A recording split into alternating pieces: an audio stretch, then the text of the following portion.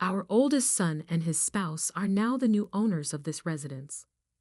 Visitors should depart right away, my husband said arrogantly, even though I was the one who had paid the mortgage.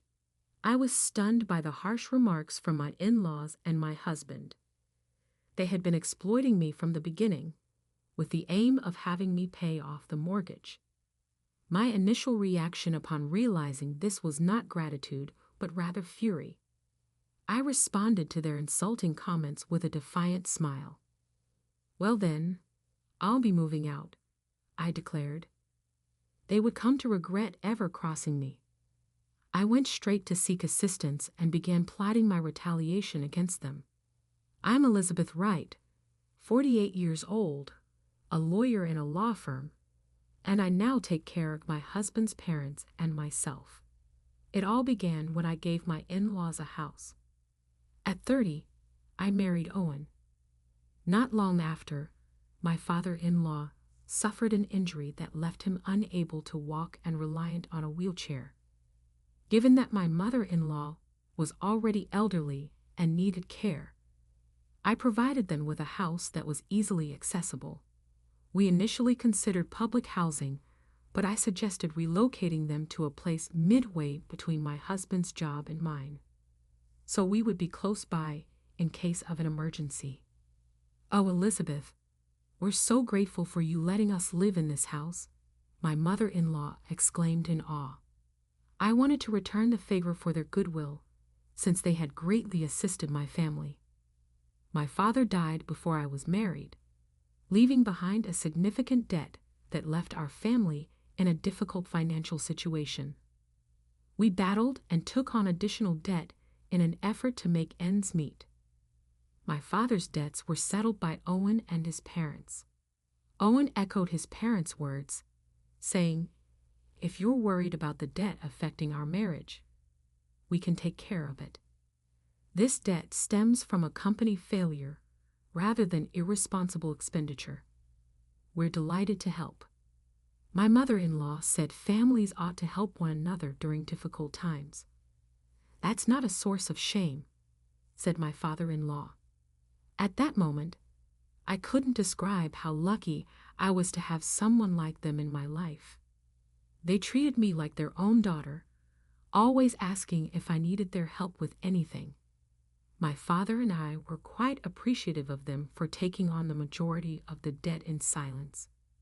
Their encouragement moved me, and I pushed myself into preparing for the bar test. Roughly $50,000 was borrowed in total from my husband's relatives. I was going to pay this loan back as soon as I graduated from law school. I didn't want to have to live with it forever. My ultimate objective was to become a lawyer by passing the bar test. I committed myself to my studies, determined to pay back the money I owed my in-laws. It took me a long time, but I eventually passed the bar exam. My in-laws and father rejoiced at my accomplishment, and I was thrilled to start my legal profession. I was able to get employment at a legal company pretty fast, and the director was quite helpful. I picked up a lot of knowledge from more seasoned senior attorneys, which helped me progressively advance. I eventually acquired exclusive clientele and currently occupy a prominent role inside the company. I was able to completely pay back the debt owed to my father and in-laws, since I am a female lawyer making over $100,000 annually. But my father passed away shortly after my mother, leaving me alone. Owen made me an offer at that same moment. "You're a strong lady who can stand by herself, but I want to be the one that encourages you. Please think about getting married to me, since I will always love you," he stated. As a result of his comments, we decided to be married, hoping for a life together. My father-in-law was engaged in a tragic accident around that time. I offered to construct them a new barrier-free house as a thank you for their previous kindness. They were reluctant at first, but I persisted. I can't express how grateful I am in words. I truly am. Please don't hesitate. I want you all to live comfortably," I said. My in-laws grinned warmly and accepted, moved by my sincerity. But as soon as they said yes, they imposed a requirement. "Elizabeth, would you mind moving in with us as well?" they asked. "We heard that you and Owen are searching for a new home." "You're correct. Please allow us to live together. You will eventually own this house," I said, since I didn't want to let them down, even though I hoped that Owen and I would live together in our dream house by the shore. Owen's elder brother, who is 3 years my senior, got married and moved out of the family home a few years back to launch his own company. He trusted Owen with everything at home.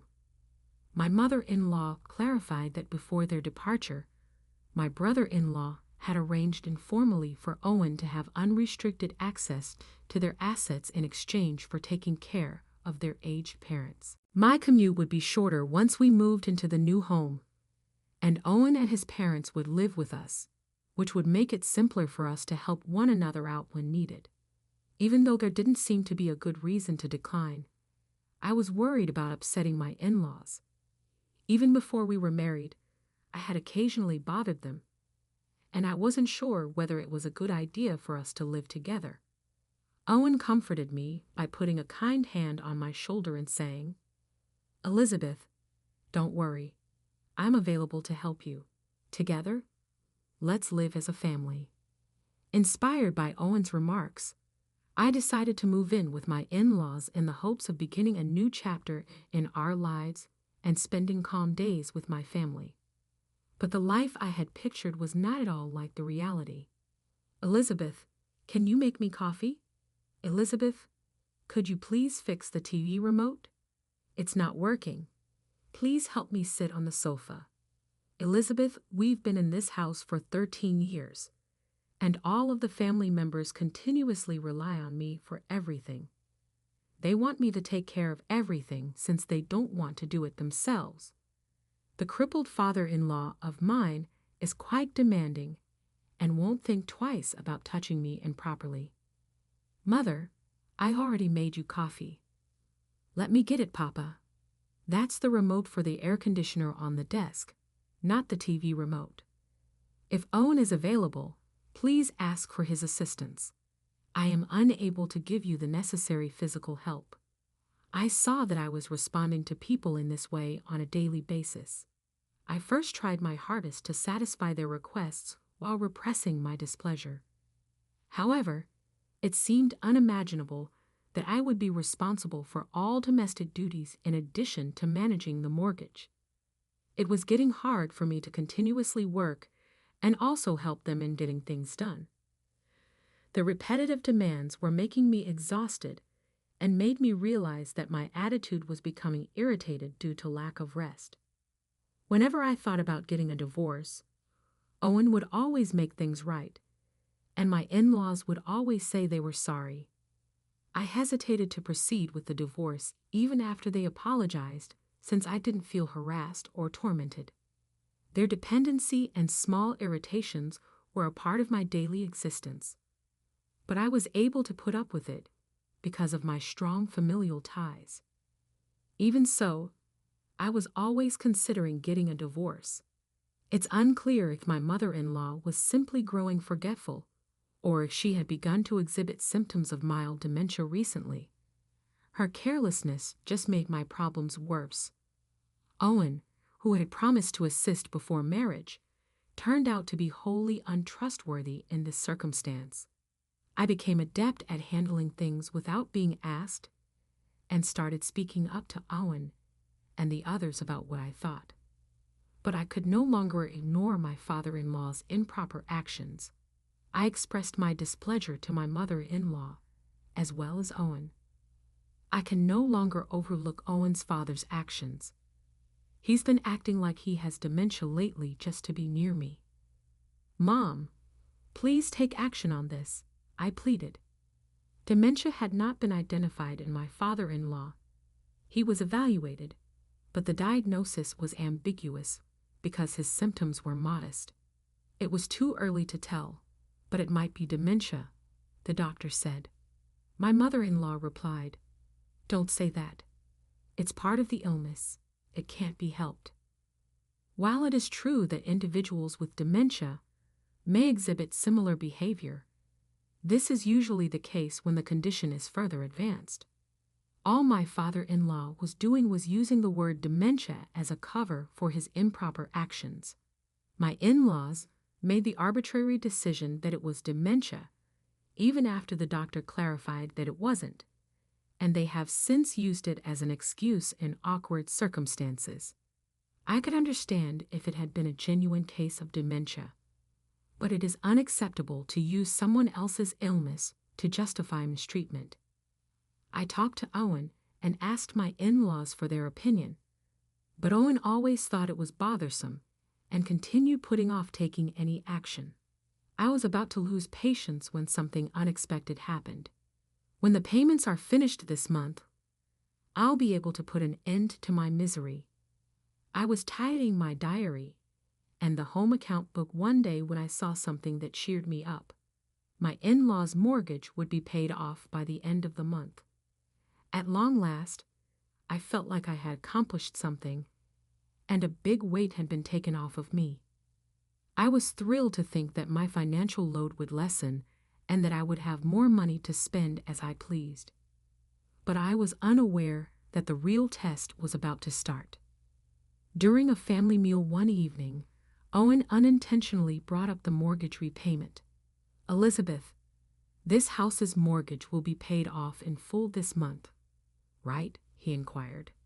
He had never brought up the mortgage before, so I was a little surprised by his abrupt inquiry. But as he poured a drink of beer from a bottle, he grinned heartily.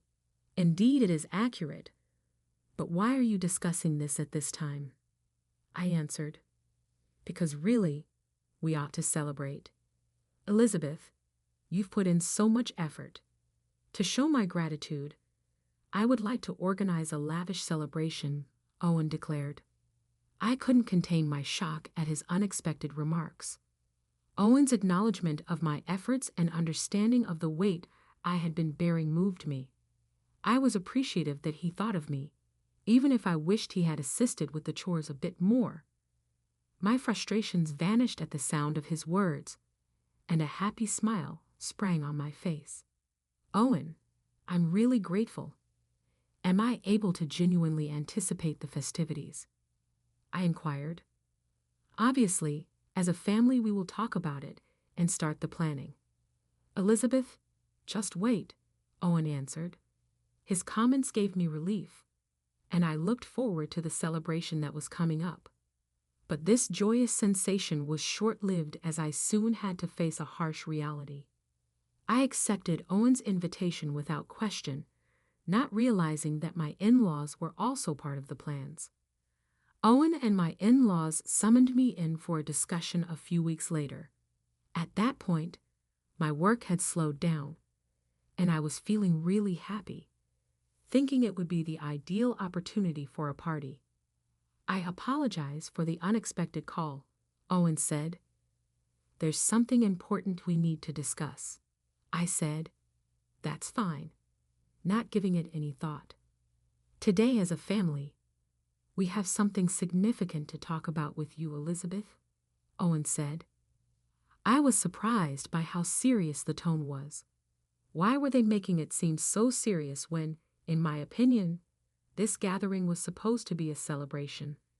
I decided to wish they would simply talk normally. Actually, Owen said, "Now that the mortgage is nearly paid off, we want you to move out."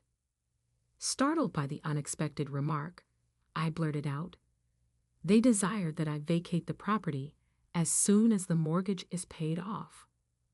What did I hear? Was there a miscommunication? I was unable to properly comprehend Owen's comments, which rendered me dumbfounded. My in-laws didn't wait for me to understand anything. After noticing my uncertainty, they continued, "We've sold this house to our eldest son and his wife," my father-in-law said. "Huh?" I let out a cry of shock, my head reeling. I was unable to understand what was going on. It was too much to learn that Owen's older brother and his wife had inherited the house, and that I had been abruptly advised to leave. What did all of my efforts mean? Did this signify the end of my role? I can't put up with such an unjust and absurd circumstance, I thought. Your role here is no longer needed now that we have this wonderful house, my mother-in-law continued. You are no longer needed because we now own the house and have endured you until the mortgage was paid off. I was really appreciative to Owen's family because I had shared this place with them. I had assumed their hospitality was sincere, so I had stayed without complaining. But now I understood that it was all a performance. Their scheme to take advantage of me included even their assistance with my father and myself. I was really disappointed and felt betrayed by this harsh truth. It was heartbreaking to be abruptly rejected by a family I had placed so much confidence in. The trust that I had gradually gained broke down in an instant. My heart was broken because everything I had held dear suddenly seemed unreal. They took a chance on me, believing that despite the danger involved, there would be a big return because they knew I was putting a lot of effort into becoming a lawyer in order to pay off my father's debts. I realized it was a plot to force me into purchasing the home. We expected a good return if we showed you some kindness. Ever since you and Owen were dating, we thought the investment wouldn't go to waste, my mother-in-law said. When you were happy just because we showed little care for your father and gave us expensive wine as thanks, we thought you were easy to manipulate. Before my father's company failed, my family was well off. Now I realized that Owen had known I wanted to be a lawyer and had been eyeing my family's money from the beginning. He gained my whole faith in him and his family because of the way he behaved. Even though I was unaware of their genuine motivations, I was shocked at how stupid I had been. We devised this plan for that reason, Owen stated. We believed that if we owed your father money, we might receive a sizable reward. It's a huge success. Then we found a gorgeous new home that is ours. Everything will belong to us when the mortgage is paid off. You shouldn't care about what we do with our land. They spoke with cold calculation, and I found it hard to believe that any of it was true. It took me a while to completely realize that everything had been carefully thought out beforehand. They had been patiently waiting for this moment for the past 13 years. My father and I were only objects to them, never really loved. They had set up a trap for us and our family, and we had fallen straight into it without even realizing it. When this startling realization hit me, I started to feel black within. My feelings plunged into a chasm, as if I were perched on a precipice. Despair is the ideal word to describe how I felt at that very time. I was unable to fully comprehend the scope of their ideas, deeds, and carried-out strategy. Their remarks struck a deep chord in my heart. So outsiders like you should leave this house immediately. You have no place here anymore, they said. I was really taken aback to learn that I was no longer required in this home. This house, which had once provided me with a haven of warmth, love, and serenity, had now collapsed into nothing. My life had come to an end, and a new, lonesome adventure was about to start. You can't go right now, because you have stuff to pack, Owen stated. My mother-in-law added, You'll really be in trouble if you try that. Let's finish it tomorrow. I'll give you till then to carefully pack your belongings and depart, she said. I'll give you until tomorrow to carefully pack your belongings and depart, my father-in-law said. The W family now owns this house, and I will see to it that the divorce is concluded. We're not a couple anymore, and I'm sick of you bugging me all the time. When you leave this house tomorrow, make sure you sign the paperwork, Owen added. The phrase, "Piggy family," made my heart ache. It was now brutally clear that I had never really been accepted by them from the start. Had I been unfairly treated and had to put in a lot of overtime juggling my job and home because they didn't consider me family? My response to all these intertwined questions was a sour grin. I was deceived by your family from the start, I said. You're correct. Are you really so dumb? Are you not understanding? Owen shot back. His harsh remarks caused something within me to shatter. I carefully lifted my head, looked down, and offered my in-laws an unexpected answer while forcing a grin. I will then move out, I stated composedly. My heart could find no more justification for being with them. Their dishonesty had occupied all those days, and now my life would follow a new course. My in-laws couldn't disguise their astonishment when I chose to leave the house without opposition and put on a brave front. You're being quiet, aren't you? Do you have any surprises planned? My mother-in-law inquired with suspicion. No plans, was my response. I thought my life had reached its lowest point after hearing such an unbelievable story. My affection for their family had completely disappeared at that instant. I'm going to pick up my stuff and head out. I'll appropriately sign the divorce papers, and my attorney will get in touch with you to discuss the property split later. I said, goodbye, and thanks for everything up to this point. I went back to my room without waiting for their response. I fought back tears as I packed my possessions and methodically thought through my next course of action. I just couldn't let it end without a reaction. After receiving such appalling treatment, I wanted them to experience the same anguish, sorrow, and injustice I had. My mind was racing with ideas as I carefully contemplated how to cause the most suffering. My phone rang out of nowhere while I was packing. As soon as I saw the caller's name, I started to formulate a plan. I had no doubt that this individual would stand with me. I picked up the phone right away and explained the difficult circumstances I was in.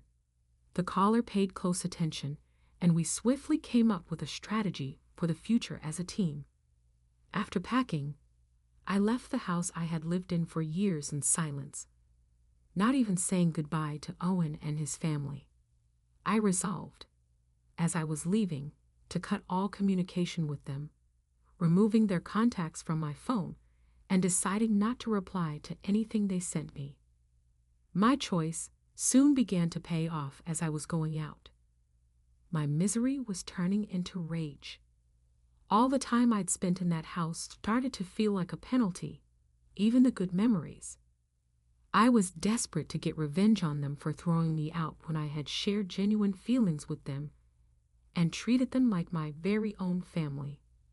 I received a ton of calls from my in-laws the day after I moved out. Though I had erased their numbers, I still had strong memories of them, and they were on my mind that morning. They must have discovered that I was gone and comprehended what had happened. I did not intend to answer their calls, though. I grinned slightly and reveled in my decision-making dominance as I took a quick look at my phone. I was comforted at the same time by the person who had given me a new home to live in. You don't have to answer the phone at all, he said. With gratitude, I nodded in response to what he said. Prepared to start over, a new chapter in my life was about to begin in a new setting. Owen started calling after my mother-in-law stopped. His calls became intolerable. I ultimately switched off my phone and terminated the service completely because I could stand it no longer. This move was an unambiguous declaration that my relationship with Owen had ended. After 3 months, I had moved into a new apartment and was no longer under the strain of living with my in-laws. My everyday life became more fulfilling as I was able to concentrate more on my profession. I had no limitations from the past and was living life to the fullest. People in my immediate vicinity saw a change in me. I was glowing after the divorce. My smiles brightened my face, and I became more upbeat and amiable. Numerous people observed this shift and complimented me. My relationship with my in-laws had once mentally burdened me, so I made the decision to value and forge deep bonds with my coworkers instead. I decided to work harder and give priority to talking to my coworkers. As I was making this decision, the office's receptionist abruptly appeared on the floor and told me in a hurry, "Miss Elizabeth, there's a parent and child at the reception looking for you." I hurried to the reception after hearing her report to find out what was going on. Something unexpected was occurring. Judging by the anxiousness of the generally calm and courteous receptionist, something important must have been upsetting her. A coworker sensed her nervousness and volunteered to come with me. We made our way to the lobby together, and when I saw who was there, my expression completely altered. "Mom, there's Elizabeth." Owen and my mother-in-law were both raising their voices inside the office. When I heard the voice, I wondered, "How are you able to achieve this, Elizabeth? Breaking off communication is unacceptable. Are you aware of the situation we're in?" Their irrational actions astounded me, and I couldn't help but wonder why. The fact that other people in attendance were obviously offended by their behavior, along with their irritated look and months-long absence, added to the severity of the issue. Upon identifying the irregularity of the circumstance, more reception employees informed higher authorities, and shortly after, the office manager appeared in the lobby. "Miss Elizabeth, the conference room is prepared. Do you want to talk to your in-laws there?" the manager asked. I accepted the proposal after having previously told the management everything.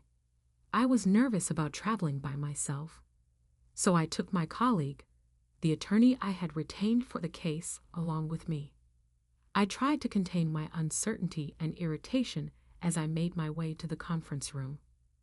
Once they acknowledged his presence, I was upset and nervous about the unpredictability of the situation, but I was also somewhat soothed by the manager's calm handling and decided to move cautiously forward.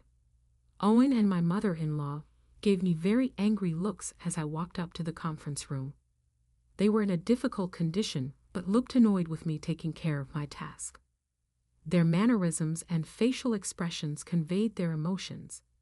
We sat down and gave each other glares. The manager and another person came into the room. I apologized for being late. "How come you're here?" I inquired. The person the manager brought was my brother-in-law, Owen's older brother. He just stood there, clearly angry as he glared at the two. There was nothing to talk about.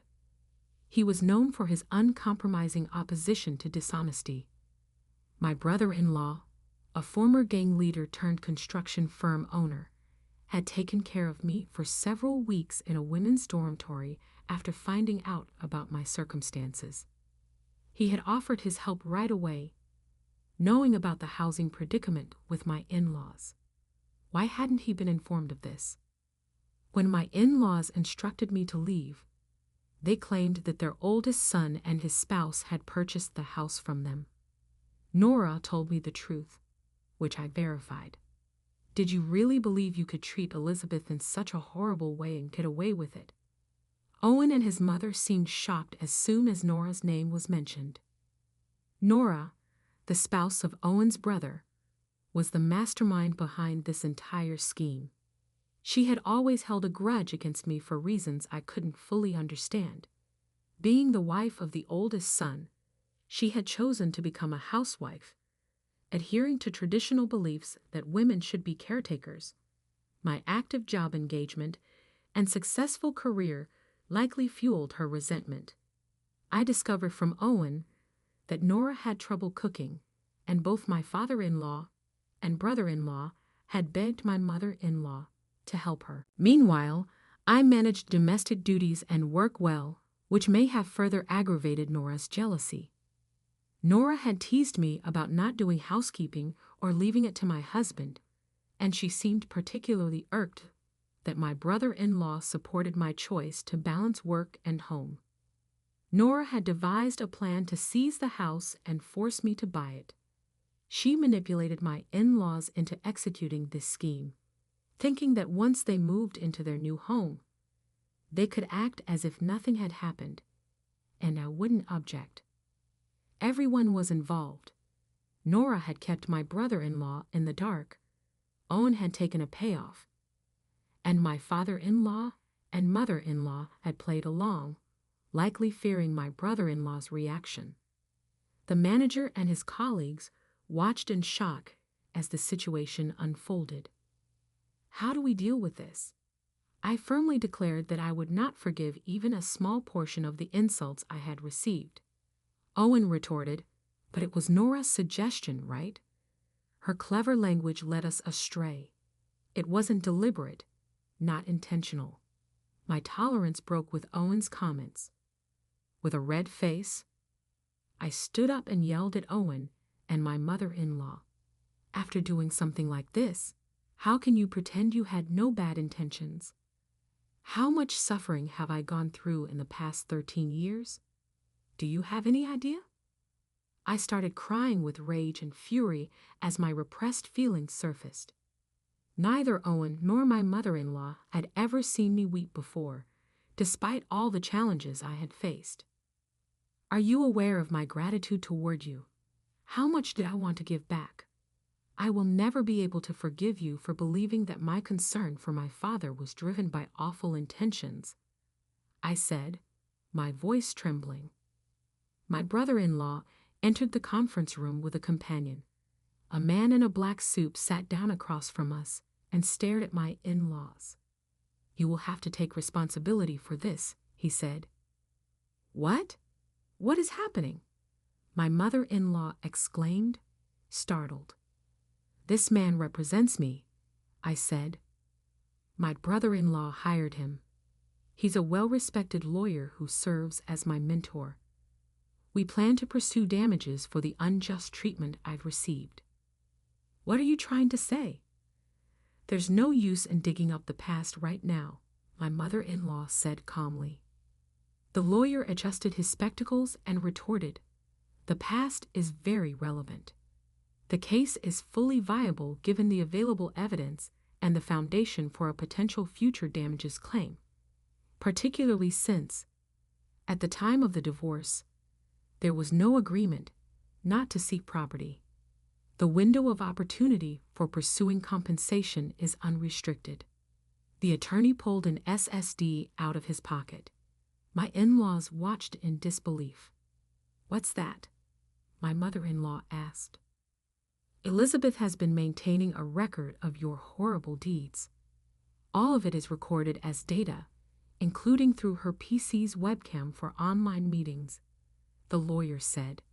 My in-laws' faces turned pale as they realized the implications. The harassment they had caused had backfired. "Elizabeth already has the title to the house, and you're about to be evicted. We will file a lawsuit right away. So please make the required financial arrangements," the lawyer continued. "Are you saying it has been moved to her name?" I asked. Owen responded automatically, "Yes." My brother-in-law, visibly agitated, smirked and mocked Owen. "The transfer was surprisingly easy because you put it in Nora's name without permission." There was no counterargument from Owen, who had never won an argument against his brother. My mother-in-law said nothing. "I'll additionally bill you for all the expenses related to the move, considering it was the result of your improper actions. That is only just," my brother-in-law said angrily. "If you don't address what you've started, we'll be in trouble too," he added firmly, leaving Owen and my mother-in-law stunned. My brother-in-law then called Nora, the driving force behind the scheme, to inform her of his decision to file for divorce. "Elizabeth, I really apologize for implicating you in this. I didn't know, but I'll give you my full support until you're happy," Please inform me of any demands you may have. I have a duty because my family carried out this action. I appreciated his warmth and compassion. His assistance was invaluable, and I now recognized how critical it is to have a supportive companion. I firmly stated, I will never forgive you for taking advantage of my and my father's feelings for your own benefit. Whatever compensation you pay won't make a difference. I'll contact the police if you ever come close to my workplace again. All correspondences will now be handled by my representative. Don't come before me ever again.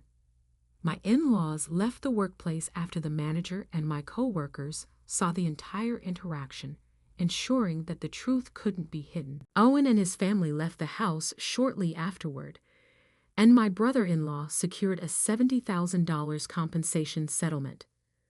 Although I had hoped for more, considering the house's cost and the pain I endured, the settlement was reasonable given the circumstances. The house was returned to me a few days later. My brother-in-law ensured that everything was properly retrieved by supervising the move of appliances and furnishings. Nowadays, the house is rented out.